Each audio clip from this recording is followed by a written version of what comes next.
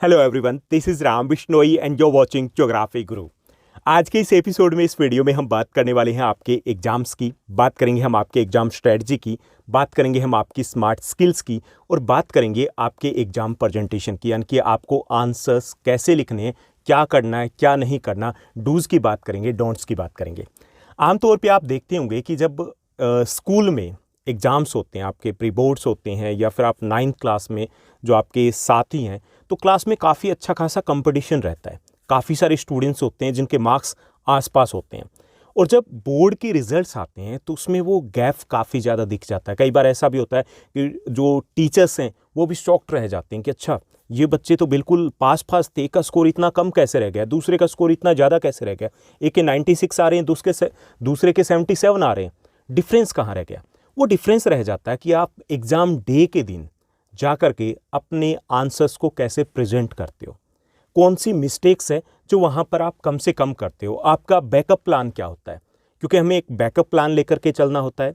उसको लेकर के भी हमारी एक प्रॉपर स्ट्रेटजी की रिक्वायरमेंट होती है। जो बच्चा एग्ज़ाम की स्ट्रेटजी को ठीक तरीके से समझ के जाता है, अपनी एक स्ट्रेटजी को लेकर के जाता है, वो बच्चा वहाँ पर जाकर के अच्छा स्कोर करने वाला है। जनरली मैं स्टूडेंट्स के साथ भी शेयर करता हूँ कि किसी स्टूडेंट के अगर 82% मार्क्स आ रहे हैं और दूसरे के अगर 98% मार्क आ रहे हैं, इसका मतलब कि उनका लर्निंग लेवल एक जैसा है। 82% अगर किसी के मार्क्स आ रहे हैं, इट मीन्स दैट उस बच्चे को सब कुछ आता है, मोस्ट ऑफ द कंसेप्ट्स उसके क्लियर हैं। तो वो 16% का गैप कहाँ रह गया? वो गैप रह गया कि उसने एग्जाम में जाकर के जिस तरीके से आंसर्स लिखे, जिस तरीके से उसने क्वेश्चन पेपर को डील किया, उस तरीके से दूसरा बच्चा डील नहीं कर पाया। डील क्यों नहीं कर पाया? क्योंकि उसे लगता नहीं था कि इसको लेकर के भी कुछ स्ट्रेटजी की ज़रूरत पड़ेगी। उसे लगता था कि बस मैं अच्छे से तैयारी कर ली है और वहाँ जाकर के दे दनादन मैं लिखाऊंगा और बस हो गया। और जब रिजल्ट आता है तो वो बहुत चक्का रह जाता है। उसे लगता है कि मुझे सारे क्वेश्चंस आते थे, सब कुछ मैंने अच्छे से लिखा है, ये मार्क्स कहाँ डिडक्ट हो गए। तो हम वो सारी चीज़ें यहाँ पर डिस्कस करने वाले हैं। तो जब हम एग्ज़ाम डे की बात करते हैं ना, तो आपको 3 चीज़ों की ज़रूरत होती है। एक तो आपके पास एग्ज़ाम टूल्स होने चाहिए, जैसे आपके pen, pencil, eraser, scale, admit card, ये लेकर के जाते हो। दूसरा है आपकी प्रिपरेशन अच्छे से होनी चाहिए, और तीसरा है उस वक्त हमें क्या करना है। उस वक्त क्या करना है? कब? जब आपके पास क्वेश्चन पेपर पहुंचेगा, उस क्वेश्चन पेपर से कैसे डील करना है। पहली चीज़ हमारी ये रहेगी। क्वेश्चन पेपर से जब हमने डील कर लिया, तो उसके बाद आएगा हमें आंसर्स कैसे लिखने हैं, किस टाइप से हमें उन चीज़ों को प्रेजेंट करना है। तो वहाँ पर आपका सारा वो गेम होगा जो आपके एग्जाम रिजल्ट्स के गेम को चेंज कर देगा। ओके, तो लेट्स बिगिन। चलिए शुरुआत करते हैं हम आज के इस एपिसोड की, इस वीडियो की। और सबसे पहले हम बात करेंगे आपके क्वेश्चन पेपर को लेकर के जो स्किल्स रहेगी, यानी कि आपकी एनालिटिकल स्किल्स की, यानी हमें क्वेश्चन पेपर को कैसे डील करना है। जब आप एग्जाम सेंटर में पहुंचोगे, आप टाइम से पहले ही पहुंच जाओगे और आपको 15 मिनट्स पहले क्वेश्चन पेपर दे दिया जाएगा। अब वो जो क्वेश्चन पेपर दे दिया जाएगा वो 15 मिनट्स है, वहां से आपका गेम स्टार्ट हो गया, 1 2 3 एंड गो। अब उन 15 मिनट्स को कैसे यूटिलाइज करना है वो भी हमें सोच करके जाना होगा। तो जो 15 मिनट्स है हमें 2 टास्क के लिए यूज़ करना है। अब जनरली क्या होगा कि एक बच्चा जिसको क्वेश्चन पेपर मिला वो क्या करेगा? ठीक है, वो क्वेश्चन को देखेगा, अच्छा एमसीक्यूज़ के ऑप्शन देखिए, ये आता है, ये आता है, सेकंड आता है, थर्ड आता है, फोर्थ आता है। ओके, हो गए 15 मिनट्स। आपको क्या करना है कि आपको एमसीक्यूज़ के ऊपर नहीं जाना है। आपको सबसे पहले कहाँ पहुँचना है? जो आपके चॉइस बेस्ड क्वेश्चंस हैं, कहाँ मिलेंगे? लॉन्ग आंसर टाइप क्वेश्चंस मिलेंगे आपको। क्लियर? उसमें आपके पास 2 ऑप्शंस हैं। आपको कोई एक क्वेश्चन करना है, आपको उनको अच्छे से रीड करना है। रीड करने के बाद आपको डिसाइड करना है कि कौन सा क्वेश्चन आपको ठीक से आता है, ज़्यादा बेटर तरीके से आता है। क्लियर? बिल्कुल, यानी कि उसमें अगर डबल पार्ट दिए गए ना, तो दोनों पार्ट को देख लेना कि क्या ये भी आता है, ये भी आता है। तो जो क्वेश्चन आपको अच्छे से आता है उसको डिसाइड करना है, कंफर्म होना है, और उसके ऊपर एक बड़ा सा सर्कल लगा देना है। क्लियर? अब बड़ा सा सर्कल लगा दिया, एक चीज़ हमारी टेंशन खत्म होगी कि हम हड़बड़ी नहीं करेंगे। जनरली क्या होता है कि जब हम 5 मार्कर क्वेश्चन के पास जाते हैं तो उसी वक्त अनाउंसमेंट होती है कि last 40 minutes and last 50 minutes are remaining. हम कंफ्यूज हो जाते हैं, हम रॉन्ग क्वेश्चन को चूज़ कर लेते हैं और वहाँ पर रायता फैल जाता है कई बार। ठीक, तो एक तो हमें यहाँ ये करना है, ये काम आपका 5 मिनट्स में हो जाएगा, 5 to 6 मिनट्स में। दूसरा, जो आपके पास बाकी टाइम बचा उसमें आप क्या करोगे? आप केस स्टडी को देखोगे। केस स्टडी बेस्ड क्वेश्चंस है, केस स्टडी बेस्ड जो क्वेश्चंस है उसमें केस स्टडी को रीड कर लेना, रीड करने से भी मतलब आपका टाइम सेव हो रहा है, क्योंकि आप दूसरी बार रीड करोगे थोड़ा सा फास्ट तरीके से रीड कर पाओगे। दूसरी चीज़ की केस स्टडी के बेस पर आपने जब क्वेश्चन देखा तो आपका माइंड सेट भी हो जाएगा कि हाँ इनके आंसर्स यहाँ पे है, तो क्लियर ना कि यहाँ से भी हम जो 10 मिनट्स है वो एक्चुअली में वहाँ पर हम सेव कर पाएंगे। तो ये 2 चीज़ें हमें करनी है। उसके अलावा हमें एमसीक्यूज़ के ऊपर नहीं जाना है, 2 मार्कर 3 मार्कर क्वेश्चन के ऊपर नहीं जाना है, क्योंकि एमसीक्यूज़ या उनके ऑप्शंस वगैरह हम देखेंगे तो वो तो दोबारा देखने ना जब हमें उनको सॉल्व करना है। क्लियर? तो ये हो जाएगा हमारा कि फर्स्ट 15 मिनट्स को हमें कैसे यूटिलाइज करना है। उसके बाद दूसरी चीज़ जो हमें ध्यान रखनी होती है, सबसे इंपॉर्टेंट होता है सीबीएसई स्टूडेंट्स के लिए, सबसे इंपॉर्टेंट होता है 10th क्लास के स्टूडेंट्स के लिए जो पहली बार बोर्ड एग्जाम दे रहे हैं, बहुत इंपॉर्टेंट होता है उन स्टूडेंट्स के लिए जो 10th क्लास स्टेट बोर्ड से करके आए हैं, 12th क्लास वो सीबीएसई बोर्ड से करें। यहाँ पे जो क्वेश्चन पेपर होता है ना, बड़े अच्छे तरीके से प्रिपेयर किया जाता है। एक बार क्वेश्चन को रीड करो, कई बार समझ में ही नहीं आता कि पूछ क्या रहे हैं। ओके, इवन टीचर भी एक बार अगर उसको रीड करें तो उनको भी दूसरी बार रीड करने की नीड होगी, अच्छा पूछा क्या है। और जो ऑप्शंस दिए होते हैं ना एमसीक्यूज के, ऑप्शंस बड़े क्लोज होते हैं, तो आपको वो क्वेश्चंस की लैंग्वेज को समझना है। ऐसे नहीं कि तुरंत ही कि ठीक है फर्स्ट वर्ड देखा और लग गई, बाद में पता चला अच्छा यार मैं तो ये कराया था, पूछा ये था, गड़बड़ हो गई। अब गड़बड़ हो गई तो उससे पहले ही हमें अलर्ट रहना है कि हम अच्छे से समझ लें, श्योर हो जाएं, कंफर्म हो जाएं कि ये क्वेश्चन में ये चीज़ पूछी गई है, हमें उसका आंसर देना है। दूसरी चीज़ हमें क्या ध्यान रखनी है कि क्वेश्चन को रीड किया, अब उसके ऑप्शन एमसीक्यूज में ऑप्शंस आपके 4 होंगे, तो 4 को आप पेन से लेकर के फर्स्ट का ऑप्शन है, ठीक है, उसको एलिमिनेट करते जाइए कि ये नहीं है, ओके, सेकंड नहीं है, थर्ड लग रहा है ये होगा, फिर भी फोर्थ के ऊपर भी जाना है, फोर्थ को भी आपको देखना है कि क्या कहीं ये तो नहीं कि फोर्थ वाला हो जाए। तो ऐसे सोल्व करना है आपको पूरी तरीके से रीड करने के बाद। दूसरी चीज़, जो आपके 2 मार्कर क्वेश्चन है, जो आपके 3 मार्कर क्वेश्चन है, जो आपके 5 मार्कर क्वेश्चन है, उसमें से 50% क्वेश्चंस में डबल पार्ट मिलेंगे आपको। जैसे डेफिनेशन ऑफ सस्टेनेबल डेवलपमेंट पूछ लिया, उसके बाद 2 सजेशंस आपसे पूछ लिए, ओके, जैसे कोल्स हैं उसके टाइप्स पूछ लिए, डिस्ट्रीब्यूशन पूछ लिया।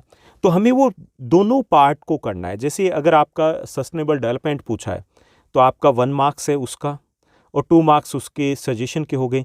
हमने 1 मार्क के लिए 4 लाइन्स अगर राइट कर दी तो आपको लगा कि भाई काफ़ी है 2 मार्कर के लिए या 3 मार्कर के लिए काफ़ी है। नहीं, आपको वो 2 मार्क्स तो तभी मिलेंगे जब जो पूछा वो आप बताओगे। तो हमें उसी वे से आंसर देना। जो 1 मार्कर है तो हमें 1 मार्क्स के अकॉर्डिंग उसका आंसर देना है। सेकंड पार्ट अगर 2 मार्क्स का है तो उसी के अकॉर्डिंग आंसर देना है। 5 मार्कर में एक आध क्वेश्चन ऐसा भी होता है उसमें 3 पार्ट्स दिए होते हैं, तो हमें वो चीज़ें भी ध्यान में रखनी कि ये नहीं कि एक पार्ट हम स्किप कर दें तो जब अब मार्किंग के लिए आपकी आंसर शीट जाएगी ना, तो क्वेश्चन पेपर के साथ साथ उसकी एक मार्किंग स्कीम दी जाती है टीचर को। तो उसको बताया जाता है कि भाई ये 1 मार्क्स का है, ये 2 मार्क्स का है और ये 2 मार्क्स का है, यानी कि ऐसे ये 5 मार्क्स का बना है। तो आपने इन्हीं के ऊपर फोकस कर दिया, वो 2 मार्क्स तो आपके उड़ गए। क्लियर? तो ये हमें ध्यान रखना है कि क्वेश्चंस को हम समझें और अकॉर्डिंगली हमें आंसर देना है। उसके बाद तीसरी चीज़ जो सोशल साइंस में एसएसटी में पर्टिकुलरली इंपॉर्टेंट होती है कि हमें आंसर कैसे देने, पैराग्राफ में दें जैसे हम इंग्लिश में देते हैं, जैसे बाकी सब्जेक्ट में हम दे सकते हैं, या फिर हम पॉइंट्स में दें। तो पहली चीज़ कि एसएस में सोशल साइंस में आपको आंसर्स पॉइंट्स में ही देने होते हैं। ओके, पहला ऑप्शन पॉइंट्स में दीजिए, दूसरा ऑप्शन भी है पॉइंट्स में दीजिए, यानी कि सेकंड ऑप्शन आपके पास पैराग्राफ है ही नहीं। क्लियर? अब ये कि पॉइंट्स में अगर हम दें तो हमें ये भी देखना कि कितने पॉइंट्स लिखें। अब 2 मार्कर जो क्वेश्चन है उसमें कितने पॉइंट्स लिखने, हमें 3 to 4 पॉइंट्स लिखने। ओके, 3 to 4 पॉइंट्स में आंसर देना, 3 to 4 पॉइंट्स, यानी कि 2 में नहीं देना। अगर वो पूछ रहे हैं पर्टिकुलरली मेंशन कर रखा है कि give 2 suggestions, give 3 suggestions minimum. Okay, उसके बाद 3 मार्कर जो क्वेश्चन है उसमें 4 to 5 पॉइंट्स आपको देने हैं। जो 5 मार्कर क्वेश्चन की अगर बात करें तो उसमें आप 6 to 7 पॉइंट्स लिखोगे मिनिमम, 6 to 7 पॉइंट्स। ये ध्यान रखना है कि आपको जो आंसर देने हैं वो किस में देने, वो आप पॉइंट्स में आंसर दोगे। और पॉइंट्स हमें कितने देने कि 2 मार्कर में आप 3 to 4 पॉइंट्स राइट करोगे, 3 मार्कर में 4 to 5 पॉइंट्स राइट करोगे, और 5 मार्कर है उसमें 6 to 7 पॉइंट्स आपको राइट करना है।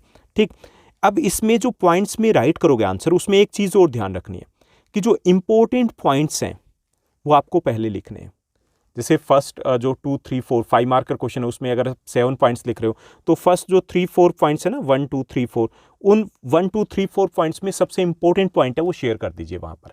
ऐसे ही जो 3 मार्कर क्वेश्चन है तो फर्स्ट पॉइंट है वो सबसे सॉलिड वाला होना चाहिए। इसी टाइप से आपको लिखना है, क्योंकि अगर आप इंपॉर्टेंट पॉइंट्स पहले मेंशन कर देते हो तो कई बार टीचर को लगता है कि बाकी भी ठीक ही लिखे होंगे, तो आगे वाले पॉइंट्स के ऊपर उतना ज़्यादा जोर फोकस नहीं किया जाता, तो अगर हमारे कुछ लूप होल्स है तो भी वो हाइड हो जाते हैं। क्लियर? तो हमें पॉइंट्स में लिखना है, और पॉइंट्स कितने लिखने हैं वो क्लियर हो गया होगा, और सबसे इंपॉर्टेंट जो पॉइंट्स है वो हमें पहले लिखने हैं। उसके बाद एक और चीज़ करनी है हमें, हम जो आंसर्स लिखेंगे उनमें अंडरलाइन करना है कीवर्ड्स को। ये कब करेंगे? हमें अपनी स्ट्रेटजी के अकॉर्डिंग अगर चलेंगे, जैसे हम टाइम मैनेजमेंट को लेकर के चलेंगे, तो 10 मिनट्स पहले हमारा एग्जाम ओवर हो जाना चाहिए, हो जाएगा आप प्रॉपर स्ट्रेटजी के साथ अगर जाओगे तो उस वक्त जो 10 मिनट्स हमारे पास होंगे उसमें हम क्या करेंगे, हम एक तो वो देखेंगे कि कुछ छूट तो नहीं गया है, और साथ ही साथ पेंसिल से हम इंपॉर्टेंट पॉइंट्स हैं उनको अंडरलाइन कर देंगे। इंपॉर्टेंट पॉइंट्स जो हमें लगता है कि बिल्कुल करेक्ट है, ओके। अगर लगे ना कि डाउटफुल है तो उस पॉइंट को अंडरलाइन नहीं करना है, करेक्ट है, मज़ा आ जाएगा, चेक करने वाले को भी लगेगा कि ये बच्चा कुछ एक्स्ट्रा ऑर्डिनरी है। आपको मार्क्स की अगर गुंजाइश कहीं लगेगी ना कि 5 मार्कर में अगर कुछ मार्क्स कम भी लिखा है तो भी टीचर को लगेगा कि नहीं बच्चा डिजर्विंग है, दे देते हैं, ओके। तो ये हमें करना है। उसके बाद सेक्शन को लेकर के भी एक स्ट्रेटजी आपकी होनी चाहिए कि सेक्शन जो हमें दिए होते हैं ABCDEFG, कौन सा सेक्शन पहले करें। काफ़ी सारे स्टूडेंट्स है इसको लेकर के कि चलिए 5 मार्कर से शुरू कर लेते हैं, चलिए 2 मार्कर से शुरू कर लेते हैं, चलिए 3 मार्कर को लेकर के शुरू कर लेते हैं। तो कौन सा सेक्शन पहले करें, और अलग अलग टीचर से अगर डिस्कस करोगे ना तो हो सकता है उनके भी मतलब व्यूज़ है वो अलग अलग हो सकते हैं। तो अब अगर हम 10th क्लास की बात करें, सोशल साइंस की बात करें, तो आपको सेक्शन A के साथ ही पहले शुरू करना चाहिए। किसके साथ? सेक्शन A के साथ। जो आपका सेक्शन A है जिसमें आपको MCQs दिए गए, क्लियर? जो आपके 20 MCQs है वही आप पहले करोगे। इसमें क्या करना है कि आप पहले कर लीजिए, ठीक है, और जो जो क्वेश्चन करे उसके ऊपर मार्क करते जाना, और जो नहीं किया आपने उसके ऊपर बड़ा सा एक सर्कल लगा देना, double circle, okay, double circle. तो उसमें आपको बाद में क्वेश्चन पेपर देखो तब भी याद आ जाए कि उसको एक बार स्किप कर सकते हो, आपको लगे कि किंतु परंतु या डाउट है तो, ठीक। लेकिन 1 मार्कर के साथ जाने से क्या होगा कि एक तो 1 मार्कर में ज़्यादातर चांस है कि जो अच्छे बच्चे हैं उनका स्कोर अच्छा रहने वाला है, तो टीचर का माइंड सेट हो जाता है कि बच्चा पढ़ाकू है, क्लियर। दूसरा ये कि 1 मार्कर क्वेश्चन आपके टाइमली निपट गए तो 5 मार्कर के ऊपर थोड़ा सा ज़्यादा आप फोकस कर पाओगे। अब अदरवाइज़ क्या होता है कि अगर हम 5 मार्कर के साथ जाते हैं पहले, तो हमने 5 मार्कर को अगर टाइम ज़्यादा दे दिया तो दिक्कत है कि कहीं हमारे 2-3 मार्कर 1 मार्कर को लेकर के कोई इश्यूज़ ना आ जाए। 5 मार्कर क्वेश्चन में एक क्वेश्चन है जो हमारा गड़बड़ हो गया, मान लीजिए मार्क्स डिडक्ट हो गए, तो वहाँ पर भी दिक्कत आ जाती है कि उसको 2 और 3 मार्कर में हमारे मार्क्स है डिडक्ट होने के चांसेस बढ़ जाते हैं, क्योंकि लगता है कि नहीं बच्चा बिलो एवरेज या एवरेज के आसपास है। और हम थोड़ा सा कन्फ्यूज़ भी रहते हैं कि कितना लिखें, क्योंकि हमें लगता है कि अभी तो सारा पेपर पढ़ा है, ये फर्स्ट 4 ही क्वेश्चन हो रहे हैं, फर्स्ट 4 ही क्वेश्चन हो रहे हैं। तो एटलीस्ट जब हम 5 मार्कर के पास जाते हैं ना लास्ट में, तो हमें वो आइडिया रह जाता है कि हमारे पास इतना टाइम पेंडिंग है, इतना टाइम हमारे पास रहता है। तो इसलिए हमें सेक्शन A के साथ शुरुआत करनी है। लेकिन एक चीज़ ध्यान रखिएगा कि जो सेक्शन A के सारे क्वेश्चन है वो एक साथ ही करने हैं। आप जैसे मैंने बताया कि क्वेश्चन नंबर आपने लिख दिया, ठीक है, आप उसका स्पेस छोड़ दीजिए अगर आपने एक क्वेश्चन को बीच में 1 या 2 क्वेश्चन MCQs है जो बाद में करना चाहते हो, लेकिन सभी क्वेश्चंस सीक्वेंस के अकॉर्डिंग एक साथ ही कीजिए, अच्छा इंप्रेशन जाता है। ऐसा नहीं है कि अगर आप आगे पीछे लिखोगे तो, लेकिन कई बार छूट जाता है, गड़बड़ हो जाती है, टीचर को भी इश्यूज़ रहते हैं जो मार्किंग करने वाले हैं, तो थोड़ा सा उनको भी हम कंफर्ट फील करवाना है हमें, क्लियर।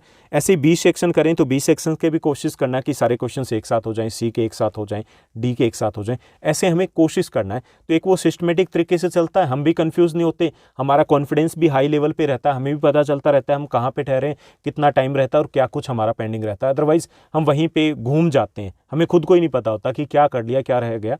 तो इसलिए हमें इसी स्ट्रेटजी से चलना है, सीक्वेंस के अकॉर्डिंग ही हमें चलना है, क्लियर। हाँ, 2 मार्कर 3 मार्कर में एक आध क्वेश्चन अगर रह गया तो स्पेस छोड़ दीजिए।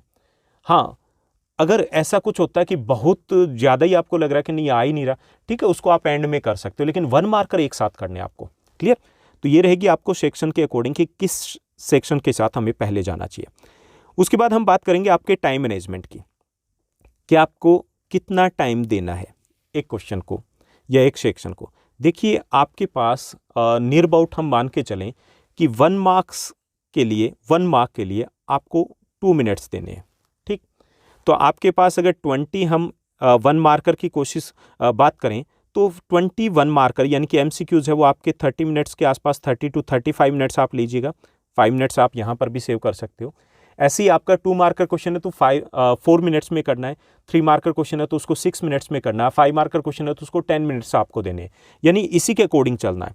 इसके अकॉर्डिंग अगर चलोगे तो आपके पास नियर अबाउट एंड में 10 मिनट्स के आसपास 10 to 15 मिनट्स है वो बच जाएंगे। वो 10 to 15 मिनट्स है उसमें आप रिवाइज करोगे, रिवीजन करोगे, आपकी आंसर शीट को रिविजिट कर पाओगे कि उसमें कुछ रह तो नहीं गया है, ओके, और उसमें हम अंडरलाइन भी कर पाएंगे। तो हमें वो स्ट्रेटजी इसी के अकॉर्डिंग सेट करनी है कि ठीक है, आप टाइम देखोगे, टाइम के अकॉर्डिंग देखना कि ठीक है हमारा कितना हो गया, हमारा 20 मार्क्स का हो गया, 20 मार्क्स का हो गया तो इट मीन्स दैट आपका मैक्सिमम 40 मिनट्स लगने चाहिए, ओके। आपका अगर 40 मार्क्स का हुआ है तो इट मीन्स दैट आपके पास 80 मिनट्स ही लगने चाहिए, क्लियर। इस टाइप से स्ट्रेटजी को लेकर के चलना है। तो वो आपका जब आप प्री बोर्ड वगैरह दोगे तो वो चीज़ें आपको वहाँ पर भी अप्लाई करके देखना है कि क्या ये चीज़ें ठीक जा रही है, क्लियर। उसके बाद हम टाइम मैनेजमेंट के बाद बात करेंगे आपकी आंसर शीट प्रेजेंटेशन की, यानी कि इससे पहले हम डिस्कस कर रहे थे जनरल कंसेप्ट्स जो हमारे क्वेश्चन पेपर को लेकर के रहेंगे कि हमें ये चीज़ें सोच करके जानी है। अब हमें आंसर शीट में अपने आंसर्स जो लिखने हैं, राइट करने हैं, तो वो बहुत बड़ा रोल प्ले करेंगे कि हमें कितना स्कोर मिलने वाला है। कई बार ये होता है कि हमने उतना अच्छा तरीके से हमें आंसर नहीं आ रहा था, लेकिन हमारी प्रेजेंटेशन इतनी ऑसम थी, इतनी अच्छी थी कि हमें मार्क्स है वो अच्छे मिल गए। तो इसमें पहली चीज़ जो हमें याद रखनी है कि जब हम आंसर शीट में अपने आंसर्स को राइट करेंगे तो हमें क्वेश्चन का करेक्ट नंबर मेंशन करना है, क्लियर। क्वेश्चन का करेक्ट नंबर, यानी कि हमने 1 2 3 4 करें, बीच में एक स्किप हो गया, वहाँ पे हमने 4 लिख दिया, फिर लगा कि चलो 5th का आंसर दे दें, स्किप हो गया, वो आंसर हमारा रॉन्ग हो जाएगा, ठीक। दूसरा ये कि इसमें ऐसा भी हमें श्योर करना है कि क्वेश्चन का जो आंसर है, कई बार तो ऐसे आगे पीछे हो जाता है, कई बार ऐसा भी होता है 10th क्लास के स्टूडेंट से उन्हें लगता है कि मैं फर्स्ट कर रहा हूँ, सेकंड कर रहा हूँ, 10th कर रहा हूँ, चाहे वो मैं कर 17th रहा हूँ, उसको क्वेश्चन नंबर 10 ही हमने मेंशन कर दिया, हो जाता है ऐसा, प्रेशर में हो जाता है, या फिर किसी ने टोका नहीं इसलिए हो जाता है। तो ये ध्यान रखना है कि क्वेश्चन पेपर में जो क्वेश्चन नंबर है वही क्वेश्चन नंबर हमें मेंशन करना है और स्किप ना हो जाए, इस चीज़ को ध्यान में रखना है, क्योंकि अगर स्किप हो गया तो हो सकता है कि वहाँ पर उस आंसर को चेक ही ना किया जाए, हो सकता है ऐसे, ओके। दूसरा ये कि अगर ऐसा कुछ गड़बड़ हो जाती है तो इंप्रेशन भी आपका खराब जाता है, मार्क्स डिडक्ट होने के भी चांसेस रहेंगे। तो पहली चीज़ हमें याद रखनी है। दूसरी चीज़ जो आम तौर पे अमूमन आप में से 50% स्टूडेंट्स करते होंगे कि don't repeat question number on the next page. Next page पे क्वेश्चन नंबर को हमें रिपीट नहीं करना है।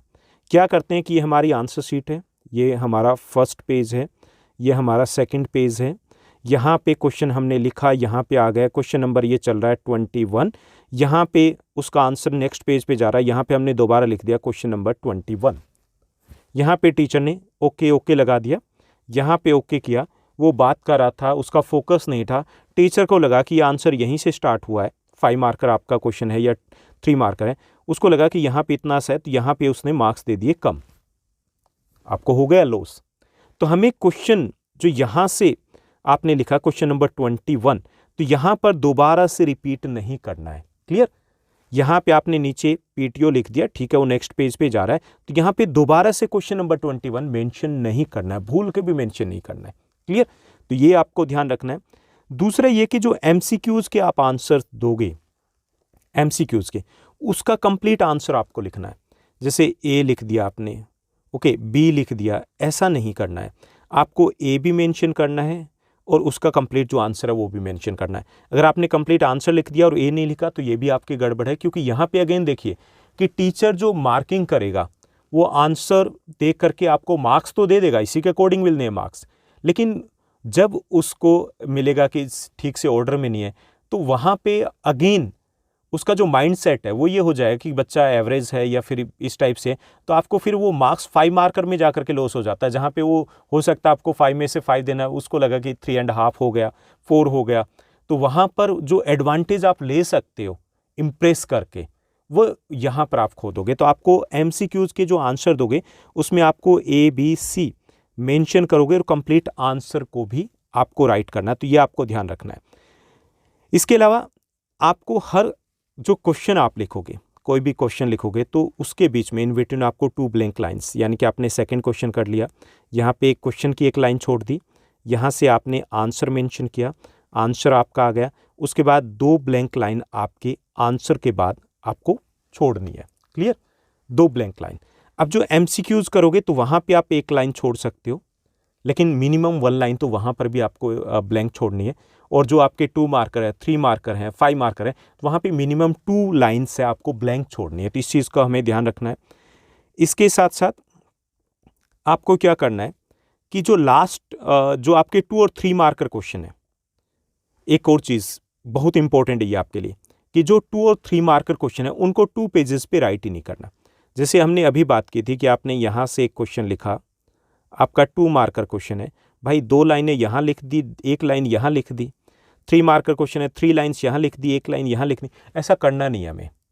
ओके, अगर आपको लगे ना कि यहाँ पे 3 लाइन्स ही रहती है, आंसर नहीं आएगा, तो फिर इसका क्या किया जाए, इस पेज का हम क्या करें। तो यहाँ पे आपको बड़ा सा PTO लिख देना है। क्या लिख देना है?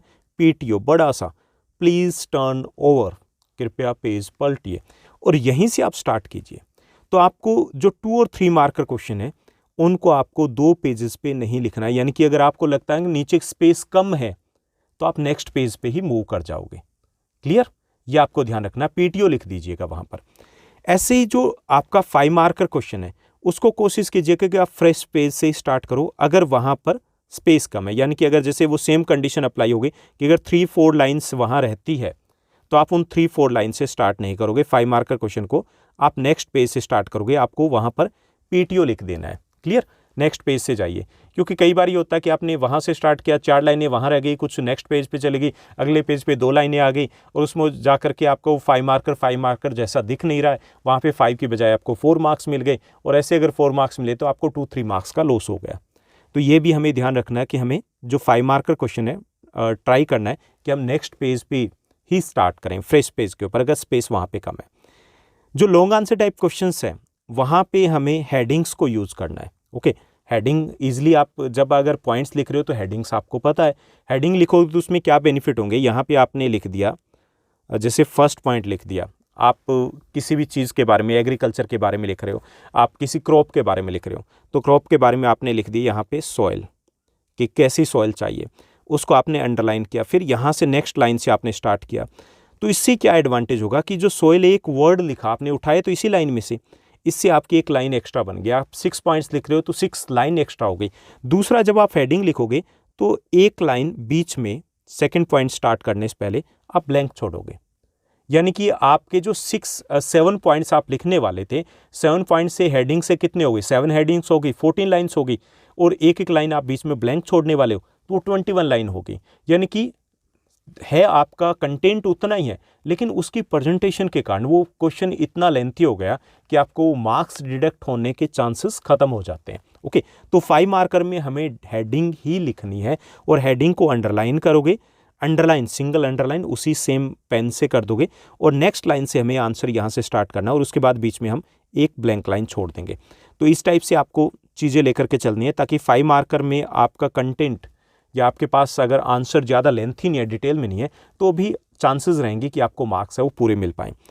इसके साथ साथ जो हम 5 मार्कर या 3 मार्कर में पॉइंट्स लिखेंगे तो आपको साइन यूज़ करो तो वो बेटर रहेगा नंबर की बजाय। जैसे आप उसमें इस टाइप से यूज़ कर सकते हो, आप इस टाइप से आपने यूज़ कर लिया, आपने इस टाइप से यूज़ कर लिया, आपने ABCD कुछ यूज़ कर लिया, वो अगर यूज़ करते हो तो ज़्यादा बेटर रहता है। क्योंकि कई बार माइंडसेट ये होता है कि अच्छा 5 मार्कर क्वेश्चन है, और कोई टीचर है वो ये एक्सपेक्ट करके बैठा है कि अच्छा जी 5 मार्कर में तो 8 पॉइंट्स होने चाहिए मिनिमम, बस माइंडसेट करके बैठा है टीचर। आपने 6 लिखे, बड़े अच्छे से लिखे, लेकिन उसे लग रहा है कि नहीं 1 पॉइंट तो ज़्यादा होना चाहिए था, क्योंकि आपसे पहले जो 2 या 3 आंसर शीट चेक हुई थी उसमें उन्होंने ऐसे लिखा था। अब आपको लॉस हो गया उन 2-3 स्टूडेंट्स के कारण या फिर उस टीचर के माइंडसेट के कारण। तो इससे बेटर ये कि हम ABCD यूज़ करें, ABCD इस टाइप से यूज़ करें, तो उसमें कई बार वो काउंटिंग ऐसा होता है ना, एकदम से हम पुल एंड पुश में कन्फ्यूज हो जाते हैं। तो ABCD F है तो E 5th है या F 6th है, वो ध्यान में नहीं रहता। तो हम इस टाइप से चीज़ें यूज़ कर सकते हैं ताकि वो हम काउंटिंग या हम शो ना कर पाएँ जहाँ पर हमें लगे कि हमारे पॉइंट्स कम बन रहे हैं, तो वहाँ पर पर्टिकुलरली आपको ये स्ट्रेटजी अपनानी है। उसके बाद आपको जब भी क्वेश्चन आपका ओवर हो जाए उसके नीचे एक पेंसिल से लाइन है वो ड्रॉ कर देनी है। जैसे यहाँ से ये आपके आंसर शीट है, इसमें आपका एक क्वेश्चन यहाँ पे एंड हो गया, तो यहाँ पे आप पेंसिल से एक लाइन ड्रॉ कर सकते हो। अच्छा लगेगा, इंप्रेशन अच्छा जाएगा। सेकंड क्वेश्चन और हो गया, उसके बाद एक लाइन ड्रॉ कर दीजिए पेंसिल से। तो ऐसा अगर करते हो तो वो भी एक स्ट्रेटजिक पार्ट रहेगा कि आप इंप्रेस कर पाओ जो चेकर रहेगा उसको।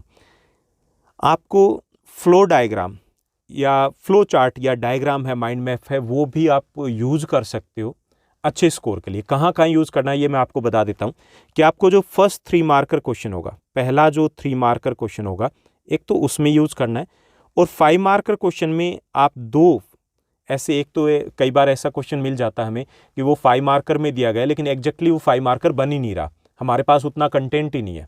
ओके, तो ऐसे क्वेश्चन में क्या करेंगे हम, वहाँ पर फ्लो डायग्राम या फिर फ्लो चार्ट है वो हम यूज़ कर सकते हैं। जैसे अब अगर पूछा गया है उसमें कोल पूछा गया है, कोल का डिस्ट्रीब्यूशन पूछा गया है, ठीक है, डिस्ट्रीब्यूशन 3 मार्कर में पूछा गया, तो हम वहाँ पे कोल लिख दिया और कोल के टाइप्स लिख दिए, ठीक, कोल के टाइप्स हमने कर दिए। अब एक तो 4-5 लाइनें हमने कवर कर ली है पेंसिल से बनाओगे, और एक ये कि हमें वो चांसेस जो हमें लग रहा था कि हमारे पास इतनी डिटेल नहीं है वो कवर अप हो गया। ऐसे ही 5 मार्कर में आप कहीं पे फ्लो डायग्राम में, यानी कि जनरल सी जो चीज़ें आपको पता है, उसके टाइप्स पता है, या आपने जो पॉइंट्स लिखे हैं, पॉइंट्स लिखे ना, तो वो पॉइंट्स से आप लिख दो वहाँ पर, आपने वहाँ पे बना दिया कि जैसे अभी हम बात कर रहे थे कि required conditions for the crop of wheat लगा लीजिए, तो वीट के लिए तो आप यहाँ पे मोटे तौर पे लिख सकते हो। जैसे आपने यहाँ पे सोयल लिखा तो उसके आगे आपने ऐसे कर दिया, और सोयल के आगे आपने यहाँ पे लिख दिया एलुवियल सोयल, यहाँ पे टेम्परेचर लिख दिया। तो ऐसे करके आप ये पॉइंट्स के थ्रू आप एक अगर फ्लो चार्ट या फ्लो डायग्राम बना देते हो तो वहाँ पर भी आपके चांसेस थोड़े से और ज़्यादा हो जाते हैं, क्योंकि ऐसे कौन बच्चे करेंगे।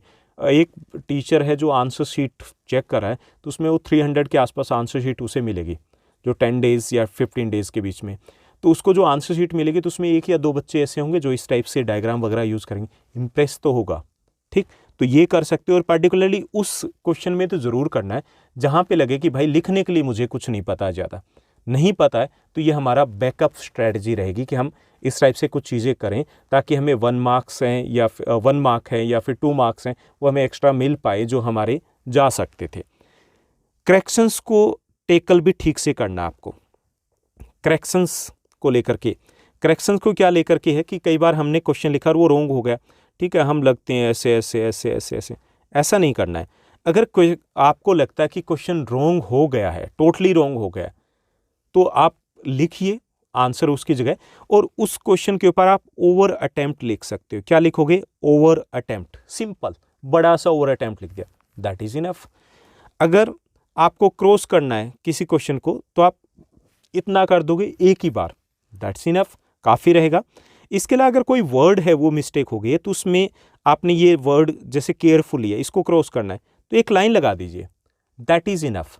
आपको ये नहीं कि उसको ऐसे ऐसे करके आप करोगे तो उसमें पूरे पेज के ऊपर वही चीज़ दिखाई देती है। तो हमें करेक्शंस हैं उनको टैकल भी ध्यान से करना है कि हमें ओवर अटेम्प्ट को यूज़ कर सकते हो, सिंगल क्रॉस लगा सकते हो, किसी वर्ड को क्रॉस करने के लिए सिंगल लाइन लगाई जा सकती है, लेकिन ऐसा नहीं कि हम वहाँ पर पूरा का पूरा उसको ब्लैक ही कर दें, ये नहीं करना हमें। इसके साथ साथ हमें ये भी ध्यान रखना है कि इन बिटवीन आपको अपना पेन चेंज नहीं करना आंसर शीट के बीच में। कई बार स्टूडेंट्स करते हैं, पहले कोई और उठा लिया, दूसरी बार कोई और उठा लिया। हैंड राइटिंग हमें ख़राब नहीं करनी अपनी, कि जैसी भी हैंड राइटिंग है उसी के साथ चलना है। दूसरा ये कि हम इन बिटवीन अगर पेन चेंज करते हैं, नया पेन अगर हम लेते हैं तो उसमें 3-4 मिनट्स का डिफरेंस आ जाता है कहीं ना कहीं, क्योंकि वो स्मूथ नहीं चलता है।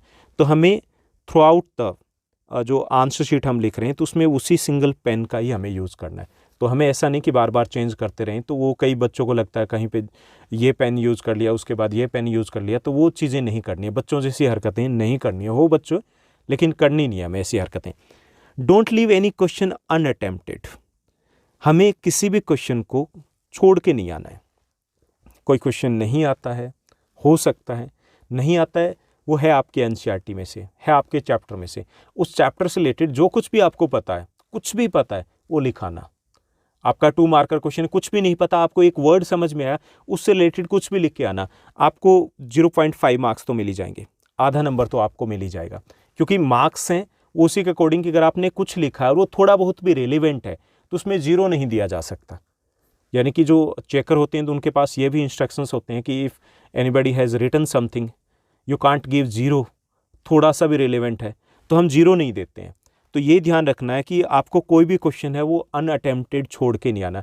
5 मार्क का क्वेश्चन है तो कोशिश करो कि उसको जितना लंबा खींच सकते हो, जो भी आपको रिलेटेड इन्फॉर्मेशन पता, आपको पता है कि एग्जैक्टली कुछ और पूछा है, कोई बात नहीं, लिख के आ जाइए, खाली छोड़ने से वो चीज़ें बेटर रहेगी। तो ये हमें ध्यान रखना है जब हम अपने आंसर्स को वहाँ पर राइट करेंगे।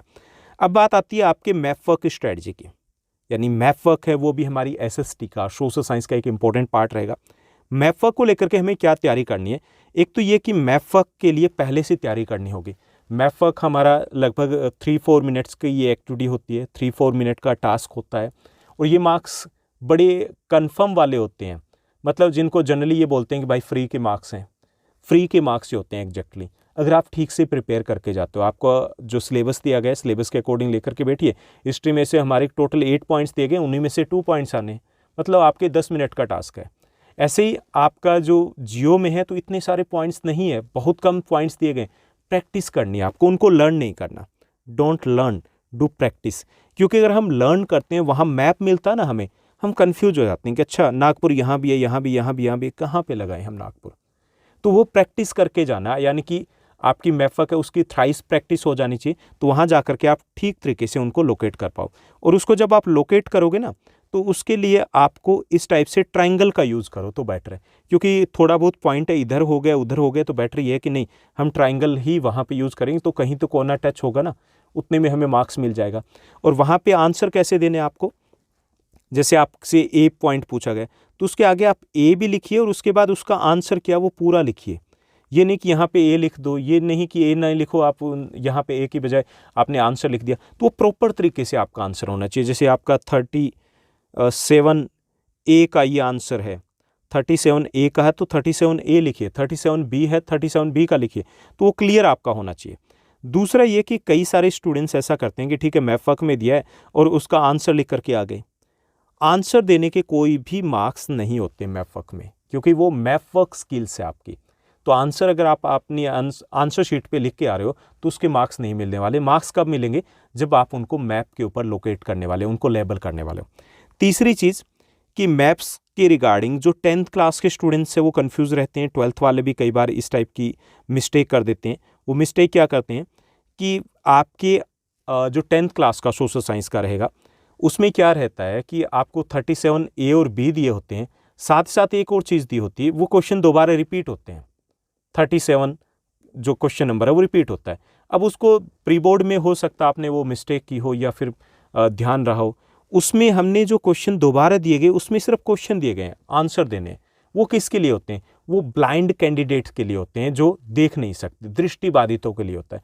तो ये बड़ी आंखें खोल करके आपको देखना है कि ये जो पहले दिया गया 37 ए और बी, यही आपके लिए है। वो जो नेक्स्ट दिया गया है वो फॉर ब्लाइंड कैंडिडेट्स ओनली, उनको सॉल्व करके मत आ जाना, ठीक? वो ध्यान रखना है, बहुत अच्छे तरीके से ध्यान रखना है, कहीं गड़बड़ हो जाए कि भाई आता तो था, कन्फ्यूज हो गए वहाँ जा करके, तो वो कन्फ्यूज़न है वो यहीं से क्लियर कर लेना आप।